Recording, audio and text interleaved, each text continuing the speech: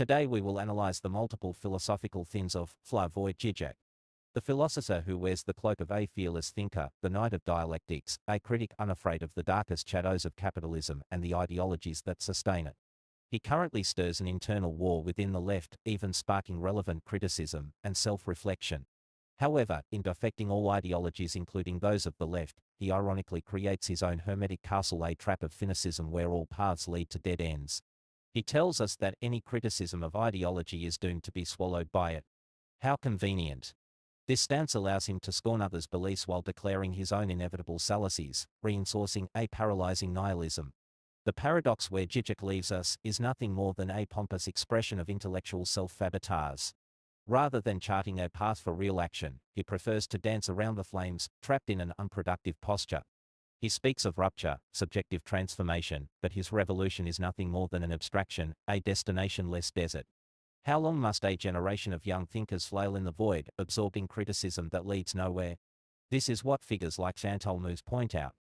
Žižek loses himself in his own critiques to the point where his political philosophy becomes a mere exercise in futility, as disconnected from reality as any ideology he attacks.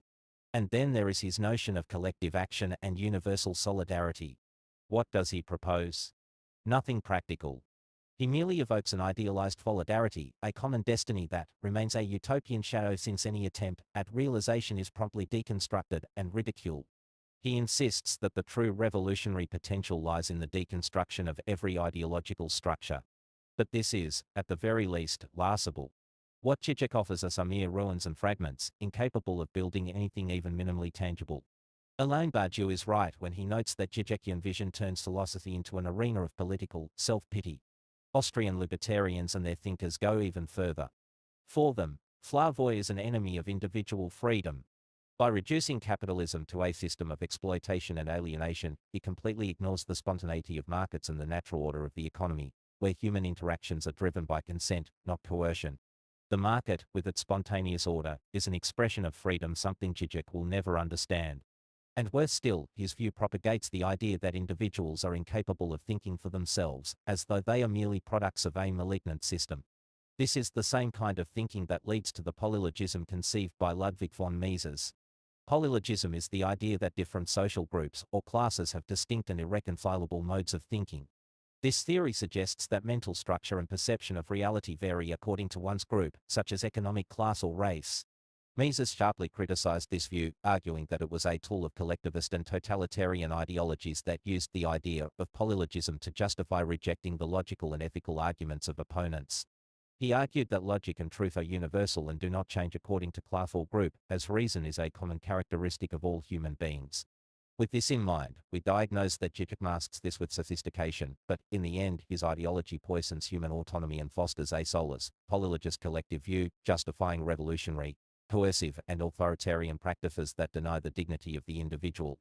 In this vein, we quickly encounter his analysis of religion. It's no surprise that theism vehemently rejects him. 𝕬𝖨 regards faith with the same clinical eye he uses to study ideological systems, as though it were merely a psychoanalytic symptom or a social construction in his typical post-structuralist sense, although Žižekian philosophy is not strictly of this line, as it still values certain structures deemed real, like the psychoanalytic unconscious and desire, as well as the quest for a universal truth, even though this last concept contradicts his views on the pervasiveness and belligerence of ideologies and his Lacanian concept of the big other. But returning to the main point, he boasts of having understood religion but fails to see it for what it truly is, a portal to transcendence and self-transcendence. For him, Christianity is merely a hall of mirrors reflecting capitalism's crisis. How superficial. He reduces the sublime to mere ideology, as though the spiritual experience were nothing but an appendage of historical dialectical materialism. John Milbank is right in pointing out the poverty of this view. Žižek sees humans as mere bundles of impulses, an alienated caricature that lives only to lament and criticize, never aspiring to anything greater. Ultimately, his propositions deliver only an abyss that he himself cannot cross. This Lacanian skepticism that he champions as liberating is an illusion. It dismantles any structure of thought, any truth or unifying principle, leaving us directionless. Žižek claims that every belief or system that presents itself as objective is subject to contradictions. Yet in doing so, he leads us into the same paradox that nihilism and skepticism fatally fall into.